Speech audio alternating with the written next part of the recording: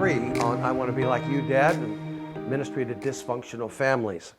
There's been a lot of talk over the years about shame, and shame is really an experience that people have that says, not that I've done something wrong, I would experience guilt over, but shame is really more of, I know there's something wrong with me, that I'm flawed.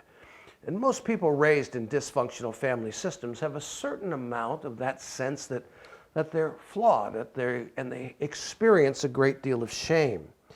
Well, John Bradshaw did a lot of writing in the area of healing the shame that binds you, is one of his books, and list out some of the key characteristics of the rules that children learn, especially in a shame-based or dysfunctional family system.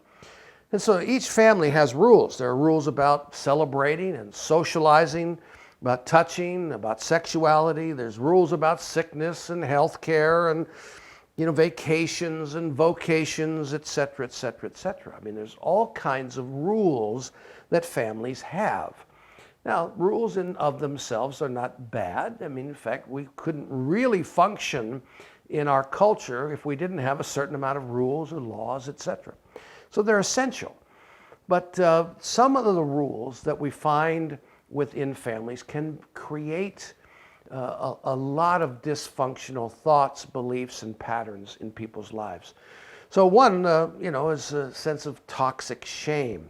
It's shame of oneself that poisons a person's thinking, feeling, and behavior, which is, again, mostly unconsciously transferred through shaming rules, which are passed down generation by generation. Some of these include rules regarding control, that you have to control your feelings at all times. I mean, as a boy, I was a boy. I was aggressive. I got angry when I got frustrated.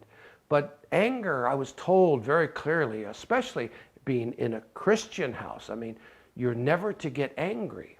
And so I learned to not get angry in front of my parents or at church, and maybe again some of that's not necessarily a bad thing, but I ended up taking out my anger on my little brother, and who then kicked the dog who bit the cat who ate the mouse. I mean, and on we go. Stuff rolls downhill. Perfection is another rule. It says you have to be always right in everything that you do. That we learn to live according to external images or pressures and imposed measures upon our lives. And so that can be quite subtle. I mean, especially what happens in families where one child is more naturally gifted in a certain area than another.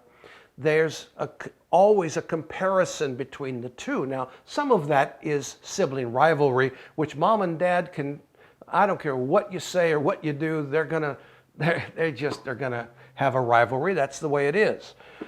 But in some cases, there's a subtle, gee, why can't you be more like your brother or more like your sister? I mean, she does good in math. How come you don't do good in math? And from that, there's a message that says, again, if I'm not perfect, if I don't measure up, then I'm not good enough, I'm not significant. Really, ultimately, I'm not loved. Blame. Whenever things don't turn out as planned, you blame somebody or you blame yourself.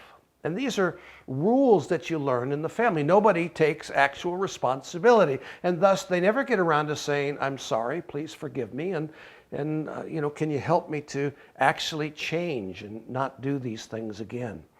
There's denial of the 5 freedoms in dysfunctional families. Don't perceive, don't think, don't feel, don't desire, or imagine the way you do. Do these the way the perfectionist ideal demands. You just don't think for yourself, don't perceive what you see, don't have an opinion about it, don't feel, don't desire, unless it lines up with the rules that you find within the family, whether stated or not. There's often the no talk rule. Don't speak of your loneliness and sense of self rupture, if you will. Don't speak about your hurts, your feelings, and whatever you do, don't share with anybody what's going on in your family. Again, I'm not one for spilling the beans on everybody indiscriminately. I mean, I am not a fan of the Jerry Springer generation.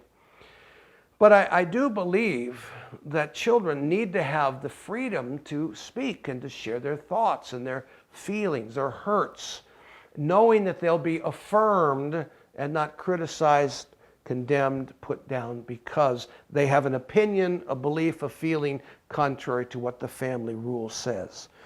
There's one that says, don't make mistakes. Mistakes reveal that you're flawed. And so if you make a mistake, blame it on someone else. If you make a mistake, deny it if you're caught, instead of just dealing with the fact that, of course, we all make mistakes. We're all vulnerable. We all lack a certain amount of knowledge of things. None of us are perfect. In a very dysfunctional family, the rule says you better not make mistakes. You better not do it wrong or else. Then there's the unreliability. Don't expect reliability in relationships.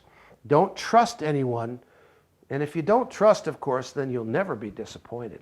But of course, as human beings, we're created to trust. We must have relationships with people that we can trust. But if you're raised in a family system that basically says nobody really is trustworthy, including members of your own family, it becomes quite problematic. And so really the disease of our society, of our culture, is the dysfunctional family. The symptoms that often manifest from dysfunctional families is, what we see in drug abuse and alcohol abuse, teen pregnancy, domestic violence, and all of the rest that goes with it.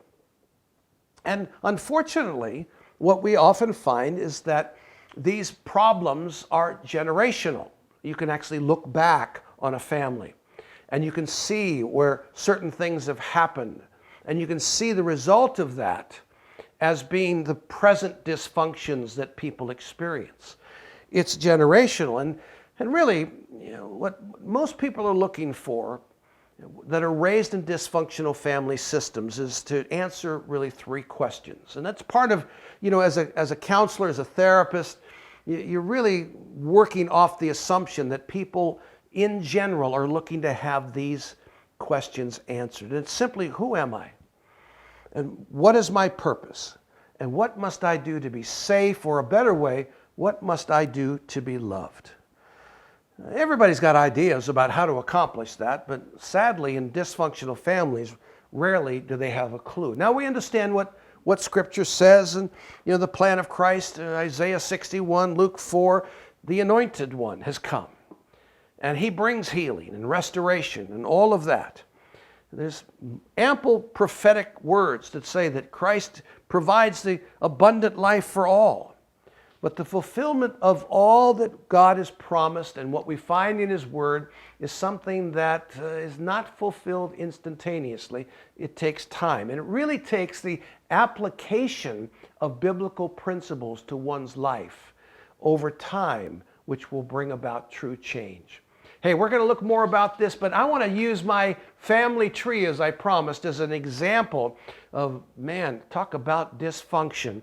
You're going to find probably more about me than you'd ever want to know, but it's again designed to illustrate dysfunctional patterns. And really, this is something that often you can use also as you minister to people. If you're open to and vulnerable enough to share aspects of your own family, it helps people to realize, well, you're human too, and if you can overcome, maybe I can. More on that in our next session.